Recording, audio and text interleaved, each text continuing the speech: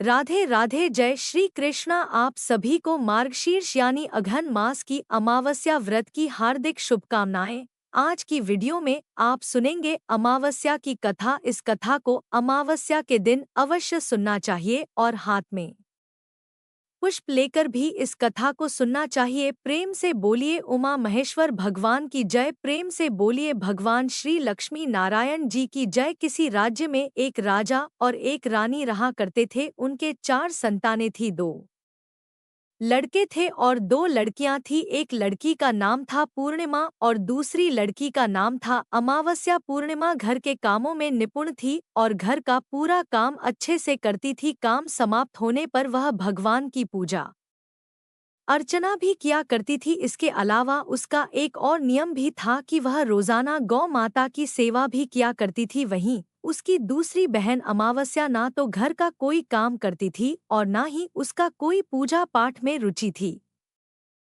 और ना ही वह कभी गौ माता की सेवा किया करती। पूर्णिमा सर्वगुण संपन्न थी। फिर भी राजा और रानी अपने दोनों बेटों से और पुत्री अमावस्या को ही प्यार किया करते थे। वह पूर्णिमा को ज्यादा नहीं चाहते थे, उसके साथ भेदभाव करते थे। समय के साथ राजा की चारों संतानें बड़ी हो रही थी। जब वे बड़े हो गए तो राजा ने अपने दोनों पुत्रों का विवाह योग्य कन्याओं के साथ करवा दिया। इसके बाद रानी ने राजा से कहा कि हे राजन, अब दोनों पुत्रियों का विवाह भी करवा दो। वह भी विवाह योग्य हो गई है, लेकिन आप ऐसा करना कि पुत्री अमावस्या का विवाह किसी बड़े खानदान में कराना और पूर्णिमा का विवाह किसी गरीब परिवार में कराना, क्योंकि पूर्णिमा कोडोट तो केवल भगवान की पूजा पाठ और घर के कामकाज करना पसंद है और साथ ही उसे गाय की सेवा करना भी बहुत पसंद है। गरीब घर में होगी तो इसके सारे काम हो जाएंगे और अमावस्या को कुछ करना पसंद नहीं है।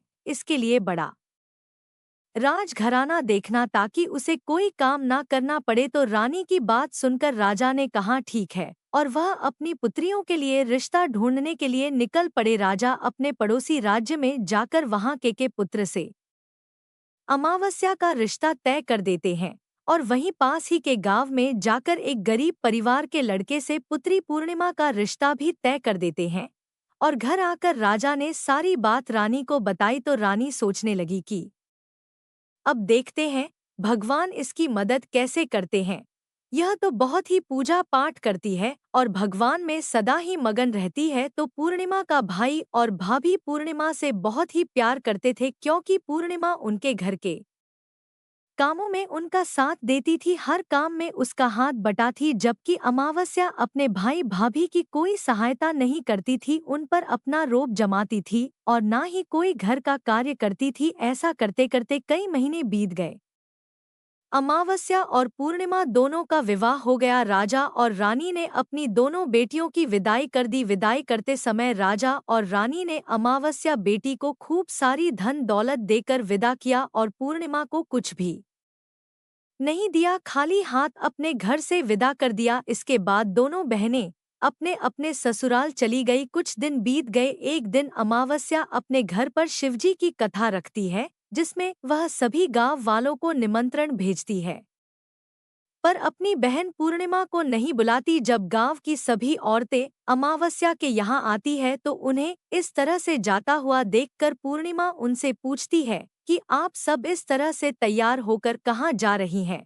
तो वे औरतें पूर्णिमा से कहती हैं कि तुम्हारी बहन के यहाँ शिवजी की कथा रखी है, क्या तुम वहाँ पर नहीं जाओगी। तो पूर्णिमा कहती है कि मुझे तो मेरी बहन ने निमंत्रण भी नहीं भेजा, तो मैं नहीं जा सकती। तभी गांव की औरतें पूर्णिमा से कहती हैं कि बुलावा नहीं आया तो क्या हुआ, तुम्हारी बहन है, भूल गई होगी। यह तो भगवान शिव की कथा है, सुनने जाने में क्या हर्ज है। हम तो कहती हैं कि तुम हमारे साथ चलो। तो पूर्णिमा गांव की औरतों की बात मानकर उनके साथ भगवान शिव की कथा सुनने के लिए अमावस्या के घर चली जाती है। जब अमावस्या की नज़र पूर्णिमा पर पड़ती है तो वह कहती है कि पूर्णिमा, तुम यहाँ कैसे चली आई, मैंने तो तुम्हें बुलाया ही नहीं। खैर कोई बात नहीं, तुम आ ही गई हो तो चुपचाप बैठी रहना और मेरे यहाँ रिश्तेदारों को यह भूलकर भी मत बताना कि तुम मेरी बहन हो। यह कहते हुए अमावस्या ने अपनी बहन पूर्णिमा की गरीबी का मजाक उड़ाया। तो यह सब सुनकर पूर्णिमा की आंखों में आंसू आ गए और उसने रोते रोते मन ही मन भगवान शिव से विनती करते हुए कहती है कि हे भगवान, क्या पूजा पाठ करना गलत है, गौ माता की सेवा करना गलत है? आखिर मेरी क्या गलती थी जो इस तरह मेरी गरीबी को मेरा बार बार मजाक बनाया जा रहा है? आप अपनी कृपा दृष्टि मुझ पर कब बनाएंगे? तब पूर्णिमा वहां पर बैठी बैठी यही बार बार कहती रहती है। इतने में ही शिव कथा पूरी हो जाती है और अमावस्या भगवान का प्रसाद बांटने लगती है। वह सभी लोगों को प्रसाद दे देती है, लेकिन अपनी बहन पूर्णिमा को प्रसाद नहीं दे देती। पूर्णिमा बड़े ही दुखी मन से बिना प्रसाद लिए अपने घर लौट जाती है। पूरे रास्ते वह यही सोच रही थी कि घर पर अगर बच्चे उससे कथा का प्रसाद मांगेंगे तो मैं उनसे क्या कहूंगी, और यह भी सोच रही थी कि मायके अपने भाई और भौजाई के यहाँ जाऊंगी तो वहां जाते हुए वहां के बच्चों के लिए भी कुछ लेकर जाना था। तो ऐसा सोचते हुए वह अपने घर लौट आई। घर वापस लौटकर आने के बाद में उसने अपने पति और बच्चों से कहा कि मैं कुछ समय के लिए अपने मायके जा रही हूँ। तो पति ने कहा ठीक है, चली जाओ। तो थोड़ी देर बाद में पूर्णिमा अपने मायके के लिए रवाना हो गई। चलते चलते रास्ते में एक चबूतरा आया जिस पर तुलसी का पौधा लगा था। उस चबूतरे पर एक बूढ़ी अम्मा बैठी थी। वह कोई और नहीं, साक्षात तुलसी माता थी। उस बूढ़ी माता ने पूर्णिमा से कहा कि बिटिया, तुम कौन हो, कहाँ जा रही हो? तो पूर्णिमा अपना परिचय देते हुए कहती है कि माँ, मैं अपनी मायके जा रही हूँ। तो बूढ़ी औरत ने पूर्णिमा से कहा कि बेटी, यहाँ तुलसी का पौधा सूख रहा है, इसमें थोड़ा सा पानी डाल दो और इस चबूतरे को साफ कर दो, जिससे मुझे थोड़ी ठंडक मिलेगी। तो पूर्णिमा ने कहा कि ठीक है माँ, मैं तुलसी के पौधे में पानी डाल देती हूँ और यहाँ की साफ सफाई भी कर देती हूँ।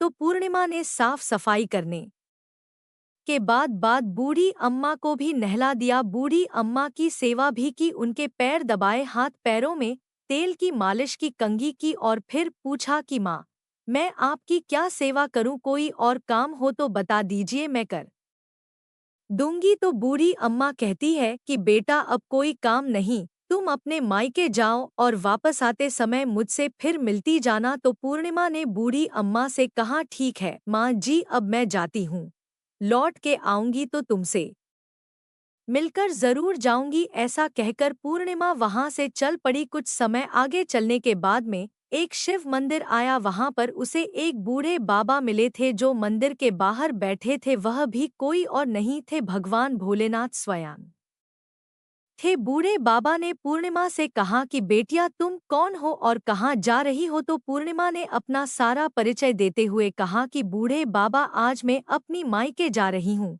तो बूढ़े बाबा ने कहा कि बेटा, मैं तो बूढ़ा हो चला हूँ और मेरी आंखों की रोशनी भी ढंग से काम नहीं करती। तुम ऐसा करो कि मंदिर की साफ सफाई कर दो और शिवलिंग पर जल चढ़ा दो और भोले शंकर जी के आगे एक घी का दीपक जला दो। तो पूर्णिमा ने कहा ठीक है बाबा। यह कहकर पूर्णिमा ने शिव मंदिर की सफाई कर दी और भोले शंकर जी की विधिवत पूजा करते हुए बूढ़े बाबा से कहा कि बाबा, कोई और काम हो तो बताइए। तब बूढ़े बाबा ने कहा नहीं बेटी, अब तुम जाओ, वापस आते वक्त मुझसे मिलते हुए जाना। तो पूर्णिमा ने कहा ठीक है बाबा, अब मैं जाती हूँ, आते हुए तुमसे जरूर मिलकर जाऊंगी। तो ऐसा कहकर वह वहां से आगे चल पड़ी। आगे चलते चलते पूर्णिमा को एक काली माता का मंदिर दिखाई दिया। वहां पर भी एक बूढ़ी अम्मा चबूतरे पर बैठी हुई थी। तो उस बूढ़ी औरत ने पूर्णिमा से कहा कि बेटी, तुम कौन हो और कहाँ जा रही हो? तो पूर्णिमा ने उस बूढ़ी औरत को भी अपना सारा परिचय दिया और बताया कि मैं अपनी मायके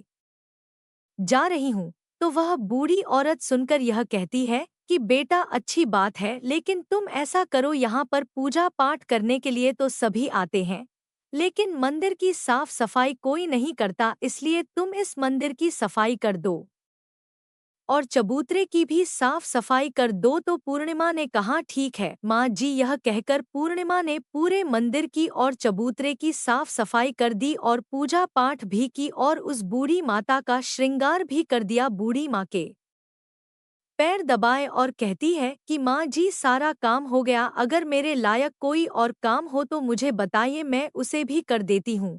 तो वह बूढ़ी अम्मा कहती है, नहीं बेटी अब तो तुम जाओ, लेकिन मायके से आते वक्त मुझसे मिलते हुए जाना। फिर पूर्णिमा कहती है ठीक है, और वह आगे चल पड़ी। आगे चलते चलते एक नदी आती है, वहां पर भी एक बूढ़ी अम्मा बैठी थी। वह कहती है, बेटी तुम कौन हो, कहाँ से आई हो और कहाँ जा रही हो। तो पूर्णिमा उस बूढ़ी औरत को भी अपना पूरा परिचय देते हुए बताती है कि अम्मा मैं अपनी मायके जा रही हूँ।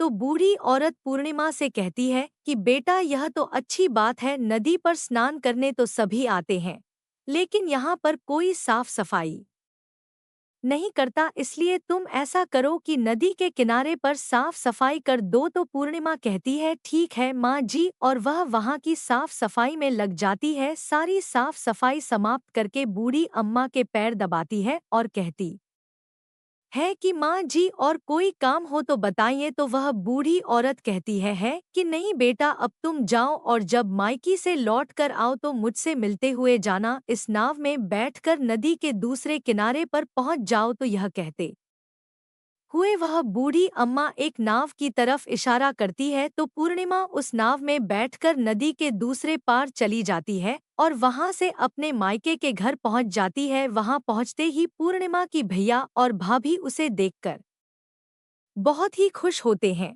और वे पूर्णिमा की खूब खातिरदारी करते हैं, उसे खूब सारी बातें करते हैं और कहते हैं कि बच्चों को भी साथ लेकर आती तो कितना अच्छा होता। तो यह सब कुछ देखकर पूर्णिमा बहुत ही खुश होती है और सोचती है कि कोई तो है जो मुझे देखकर इतना खुश होता है। इस तरह पूर्णिमा ने अपने मायके में कुछ दिन बड़ी ही हंसी खुशी के साथ बिताए और फिर अपनी भैया और भाभी से कहा कि मैं अपने ससुराल वापस जाना चाहती हूँ। तो उसकी भाभी ने उसके लिए एक बहुत ही सुंदर साड़ी दी और बच्चों के लिए थैला भरकर कपड़े, मिठाई और खिलौने दिए और साथ ही रास्ते में खाने पीने के लिए भी कुछ चीजें रखी और कहा कि तुम तो बहुत ही दिनों के बाद आती हो, अब की बार बहुत ही जल्दी हमसे मिलने के लिए दोबारा आना। यह कहते हुए पूर्णिमा की भाभी ने पूर्णिमा के हाथ में वो थैला दे दिया और बड़ी ही हंसी खुशी से उसे विदा किया। इस तरह पूर्णिमा अपने ससुराल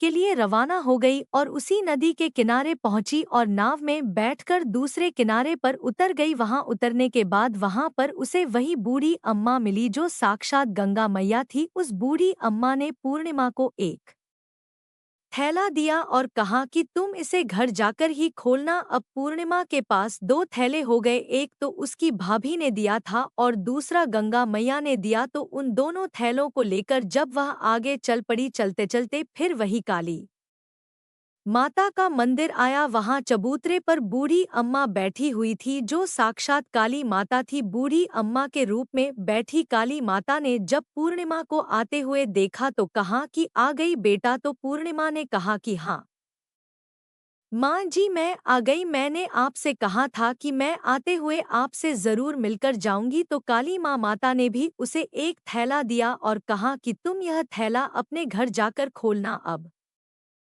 तो पूर्णिमा के पास तीन थैले हो गए। तीनों थैले लेकर पूर्णिमा वहां से चल पड़ी। चलते चलते शिवजी का मंदिर आया जहां बूढ़े बाबा के रूप में स्वयं शिवजी विराजमान थे। बूढ़े बाबा ने पूर्णिमा से कहा कि बेटी आ गई।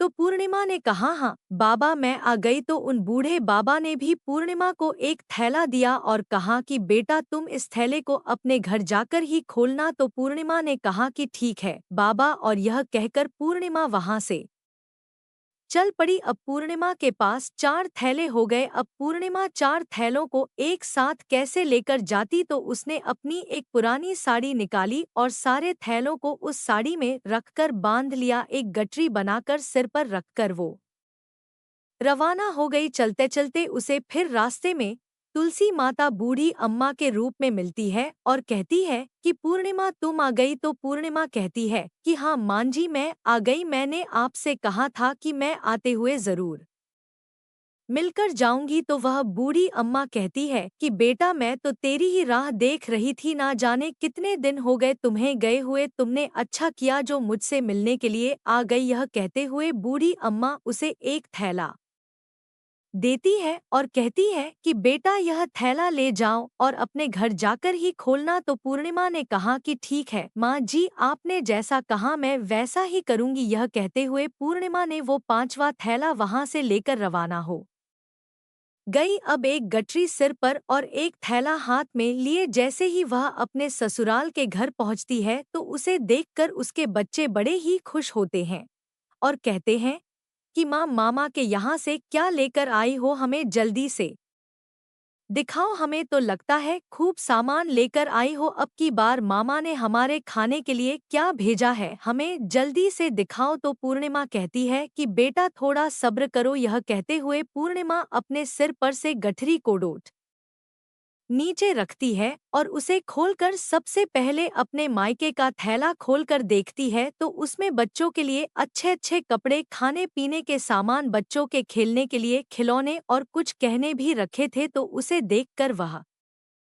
मन ही मन बहुत ही खुश होती है और अपने भैया भाभी को खूब आशीष देती है। फिर पूर्णिमा कपड़े अपने बच्चों को दे देती है और खाने पीने की चीजें भी बच्चों को देकर अपने बच्चों का चेहरा निहारने लगती है। उसके बच्चे अपने जीवन में पहली बार इतना सब कुछ सामान देख रहे थे तो वे बहुत ही खुश थे। इसके बाद पूर्णिमा ने दूसरा थैला खोला जो गंगा मैया ने दिया था तो उसमें ढेर सारे हीरे जवाहरात, सोने चांदी आदि थे। उसके बाद में पूर्णिमा ने तीसरा थैला खोला जो उसे काली माता ने दिया था। उसमें बहुत सारा सोना और श्रृंगार का सामान भरा हुआ था। तो यह देखकर पूर्णिमा बहुत ही खुश हुई और फिर उसने चौथा थैला खोला जो भोले शंकर ने दिया था। वो थैला धन संपत्ति से भरा हुआ था, बहुत सारी खुशियां भरी थी। इसके बाद में पूर्णिमा ने पांचवा थैला खोला जो उसे तुलसी मियाँ ने दिया था। उसमें चावल, दाल और 7 प्रकार की खाने की चीजें भरी हुई थी। अब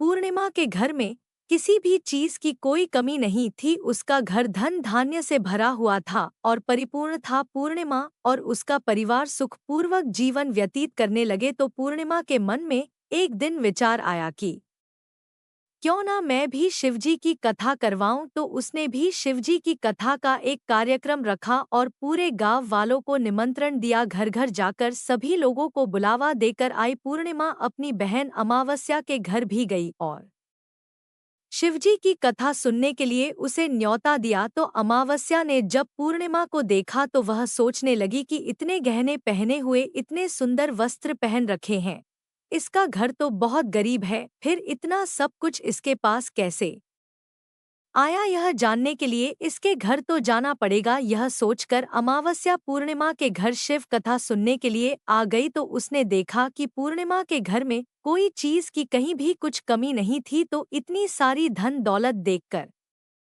अमावस्या आश्चर्यचकित हो गई और पूर्णिमा से पूछने लगी कि तुम्हारे घर में इतनी धन दौलत कहाँ से आई। तो पूर्णिमा ने कहा कि देखो बहन, तुमने शिवजी की कथा में मुझे नहीं बुलाया था, फिर भी मैं चली आई। तुमने मुझे प्रसाद तक नहीं दिया और मेरी गरीबी का मजाक उड़ाया था। उसके बाद मैं अपने घर आ गई और घर आते हुए मन में यही सोच रही थी कि अपने मायके जाऊंगी और बच्चों के लिए कुछ लेकर आऊंगी। तुमने तो मेरे बच्चों के लिए प्रसाद तक नहीं दिया, इसलिए मैं तुम्हारे यहाँ से आते ही मायके चली गई। यह कहते हुए पूर्णिमा ने उसके बाद जो घटना हुई वह सारी की सारी अमावस्या को बताई। तो यह सारी बातें सुनने के बाद अमावस्या कहती है कि तुम मुझे प्रसाद मत दो और मुझे खूब डांट लगाओ। तो पूर्णिमा कहने लगी कि यह तो भगवान का प्रसाद है, मैं तो सबको दूंगी और तुम्हें भी दूंगी। इतना कहने पर भी अमावस्या ने प्रसाद नहीं लिया, वह बिना प्रसाद के सीधे अपने घर चली गई। घर जाकर अपने बच्चों और पति से कहने लगी कि मैं मायके जा रही हूँ।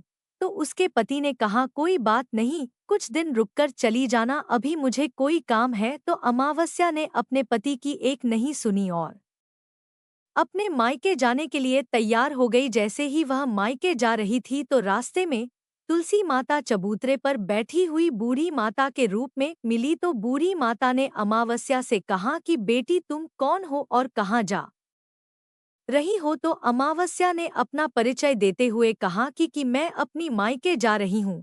तो बूढ़ी अम्मा बोली कि बेटा यह तो अच्छी बात है, पर तुम ऐसा करो कि यह तुलसी का पौधा सूख रहा है, इसमें थोड़ा सा पानी डाल दो और इस चबूतरे की साफ सफाई कर दो। तो बूढ़ी अम्मा की इतना कहते ही अमावस्या ने गुस्से में आकर कहा कि बुढ़िया तुम्हें दिखाई नहीं देता, मैंने इतनी महंगी साड़ी पहन रखी है, साफ सफाई करूंगी तो यह गंदी हो जाएगी और यहाँ आसपास पानी भी नहीं है, मैं कहाँ से पानी लाकर तुलसी के पौधे में डाल दूँ, तुम्हारे और तो कोई काम नहीं है, तुम ही ऐसा करो कि आसपास कहीं पर पानी होगा लाकर इस पौधे में डाल देना। ऐसा कहकर अमावस्या वहां से चल पड़ी। चलते चलते शिव मंदिर आया, वहां पर भगवान शिव बूढ़े बाबा का रूप धारण किए हुए बैठे थे। उसे देखते ही पूछा कि बेटा तुम कहाँ जा रही हो। तो अमावस्या ने कहा कि मैं अपनी मायके जा रही हूँ। तो बूढ़े बाबा ने कहा कि बेटा मंदिर की साफ सफाई कर दो और भोले शंकर की पूजा कर दो, आजकल मुझे थोड़ा कम ही दिखाई देता है। तो बूढ़े बाबा के साफ सफाई वाली बात सुनकर अमावस्या को गुस्सा आ गया और वह गुस्से में मना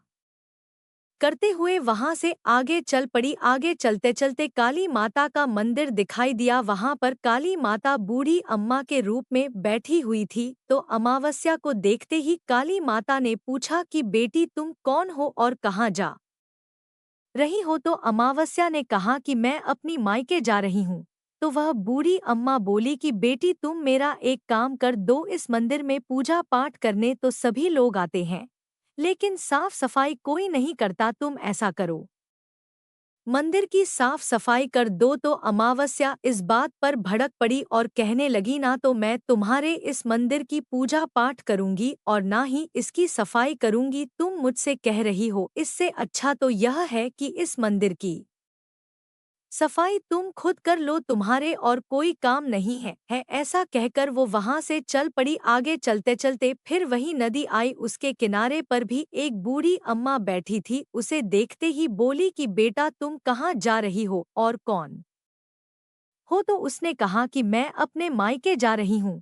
तो बूढ़ी अम्मा ने कहा कि बेटा यह तो अच्छी बात है, तुम मेरा एक काम कर दो, इस गंगा नदी में स्नान करने तो सभी आते हैं, पर इसके किनारे सफाई कोई नहीं करता, तुम ऐसा करो कि यहाँ की साफ सफाई अच्छे से कर दो। तो बूढ़ी माई की इतना कहते ही अमावस्या को गुस्सा आ गया। उसने कहा कि तुम्हें दिखाई नहीं देता मैंने कितनी महंगी साड़ी पहन रखी है, मैं यहाँ के राजा की बेटी हूँ, मैं कोई नौकरानी नहीं हूँ जो तुमने कह दिया और मैं यहाँ पर सफाई करने लग गई। तो इस तरह बूढ़ी अम्मा को भला बुरा कहते हुए अमावस्या जैसे ही नाव में बैठने लगी तो नाव में फूलों की जगह कांटे भरे हुए थे, लेकिन वह अपने अधिक गुस्से के कारण उन कांटों से भरी नाव में ही बैठ गई। उसके पैर में कांटे बार बार चुभ रहे थे। जैसे ही वह दूसरे किनारे पर पहुंची तो वहां पर उतरकर वह अपनी मायके चली गई। उसके पैरों से खून निकल रहा था तो उसके भाई और भाभी ने उसे देखा, उसके पैरों के बारे में उससे कुछ भी नहीं पूछा और मन ही मन कहने लगी कि ना तो यह कोई काम करती है और ना ही बात मानती है, अब क्या कहना, पूर्णिमा तो हमारे कामकाज में हाथ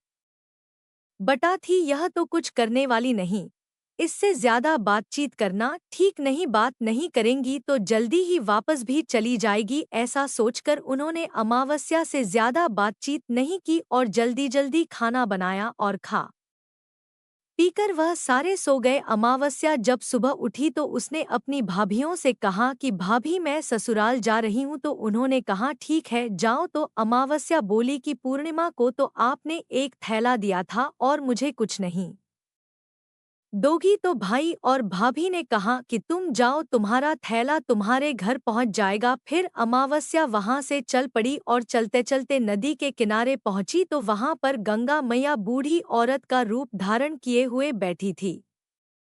बूढ़ी माँ ने कहा कि आ गई बेटी। तो अमावस्या बोली हाँ मैं आ गई। कुछ देर तक अमावस्या वहीं पर खड़ी रही तो बूढ़ी अम्मा ने उसे कुछ भी नहीं दिया। तो अमावस्या बोली कि पूर्णिमा को तो तुमने एक थैला दिया था, क्या मुझे नहीं दोगी। तो बूढ़ी अम्मा ने कहा कि तुम घर जाओ, तुम्हारा थैला तुम्हारे घर पहुंच जाएगा। तो वह वहां से चल पड़ी। आगे चलने पर उसे काली मैया मिली। उसे देखते ही अमावस्या ने कहा कि मेरा थैला कहाँ है, तुमने पूर्णिमा को एक थैला दिया था तो काली अम्मा का रूप धारण किए हुए बूढ़ी अम्मा बोली कि तुम अपने घर जाओ, तुम्हारा थैला तुम्हारे घर पहुंच जाएगा। तो यह सुनकर अमावस्या वहां से चल पड़ी। चलते चलते रास्ते में फिर वही शिव मंदिर आया। वहां पर भोली शंकर बूढ़े आदमी का रूप धारण किए हुए बैठे थे। उन्हें देखते ही अमावस्या बोली कि मेरा थैला कहाँ है। तो बूढ़े बाबा ने कहा कि तुम घर जाओ, तुम्हारा थैला तुम्हारे घर पहुंच जाएगा। तो अमावस्या वहां से आगे चल पड़ी। आगे चलते चलते उसे तुलसी माता बूढ़ी अम्मा का रूप धारण किए हुए वहां पर बैठी हुई मिली। तो अमावस्या को देखते ही कहा कि आ गई बेटा। तो अमावस्या ने कहा कि हाँ, मैं आ गई। मेरा थैला कहाँ है? पूर्णिमा को तो आपने थैला दिया था। तो अमावस्या की बात सुनकर तुलसी मैया ने कहा कि तुम अपने घर जाओ, तुम्हें तुम्हारा थैला वहीं पर मिल जाएगा। तो अमावस्या वहां से जल्दी जल्दी अपने घर की ओर चल पड़ी। जैसे ही वह अपने घर पहुंची तो आंगन में देखा कि वहां पर 5 थैले पड़े हैं। अमावस्या ने मन में सोचा कि अब तो मेरे पास भी खूब सारी धन दौलत हो जाएगी। तो उसने जल्दी जल्दी सारे थैलों को खोलकर देखा। किसी में मिट्टी भरी थी तो किसी में पत्थर रखे थे, किसी में कोयला था और मायके वाला थैला बिल्कुल खाली था। तो इस तरह के थैलों को देखकर अमावस्या को बहुत ही गुस्सा आया और वह दौड़ती दौड़ती पूर्णिमा के घर गई और कहने लगी कि तुम्हें तो इतना सब कुछ मिला और मुझे कुछ नहीं मिला, तूने मुझसे झूठ क्यों बोला? तो अमावस्या की बात सुनकर पूर्णिमा कहती है कि जब मैं अपने मायके जाती हूँ तो अपनी यो के साथ उनके काम में हाथ बटा हूँ, उनके साथ मिलकर काम करती हूँ, उनकी इज्जत करती हूँ। लेकिन तुम तो अहंकारवश किसी की इज्जत नहीं करती, इसलिए वे भला तुम्हें क्या देंगे? तूने तुलसी माता को ठुकरा दिया, गंगा मैया को ठुकरा दिया, काली माँ को डोट भी ठुकराया और भगवान शिव का कहना भी नहीं माना, इसलिए उन्होंने तुम्हें कुछ भी नहीं दिया। मैंने उन सबका कहा हुआ काम बड़े ही श्रद्धा भाव से किया था, इसलिए यह सब कुछ मुझे प्राप्त हुआ है। यह सब मुझे पूजा और भक्ति से मिला है। तो यह सब सुनकर अमावस्या कहती है कि बहन, मुझे माफ कर दो, मैंने तुम पर हमेशा अत्याचार किया है। माँ ने भी हमेशा हम दोनों के बीच में भेदभाव रखा था। आज मेरी आंखें खुल गई है, मुझे कुछ नहीं मिला, कोई बात नहीं, पर मैं भी भगवान की भक्ति करना चाहती हूँ और भगवान की भक्ति करके सब कुछ प्राप्त कर लूंगी। इन सब चीजों का रहस्य बताओ। तो पूर्णिमा कहने लगी कि तुम 3 सूत्र का ज्ञान ले लो और उसकी कथा करना। पहले सूत्र में दया मांगना, दूसरे सूत्र में कथा मांगना और तीसरे सूत्र में 108 बार ओम नमः शिवाय का जाप करना। बहन, यह सूत्र भगवान ने स्वयं दिए हैं, इसलिए तुम इनको अपने हृदय में बसा लेना। मैंने भी इन 3 सूत्रों को अपने जीवन में अपनाए थे और सच्चे मन से भगवान की भक्ति और पूजा पाठ की थी, तभी तो मुझे इतने गरीब घर में बहाने के बाद भी आज मेरे पास सब कुछ है और तुम्हारा एक अमीर घराने में विवाह होने के बाद भी आज सब कुछ नष्ट हो गया है। तो यह 3 सूत्र अपने मन में रखकर अमावस्या अपने घर चली गई और भगवान की पूजा पाठ करने लगी और भगवान शिव से माफी मांगते हुए कहा कि हे भोले शंकर, मुझे माफ कर दो, जो मैंने अपनी बहन पूर्णिमा पर इतने अत्याचार किए। शिव कथा में वह बिना बुलाए आई, फिर भी मैंने उसका अपमान किया, मुझे माफ कर दो। अब मैं पूरे विधि विधान से पूजा अर्चना क्या करूंगी। और फिर वह गौ माता की सेवा भी करने लगी और दूसरों की मदद भी करने लगी, जिसकी वजह से उसका घर धन धान्य से परिपूर्ण हो गया। बोलो भोले शंकर की जय, बोलो भगवान श्री विष्णु जी की जय। तो यह थी अमावस्या और पूर्णिमा, 2 बहनों की कथा, जो अमावस्या और पूर्णिमा के व्रत में अवश्य ही सुननी चाहिए। भगवान भोलेनाथ और भगवान श्री हरि विष्णु जी आपकी सभी मनोकामनाएं को पूर्ण करें। आज की कथा पसंद आए तो वीडियो को लाइक करके चैनल को जरूर सब्सक्राइब करिएगा और कमेंट में भगवान भोलेनाथ और विष्णु जी की जय जरूर लिखिए। जय श्री कृष्णा।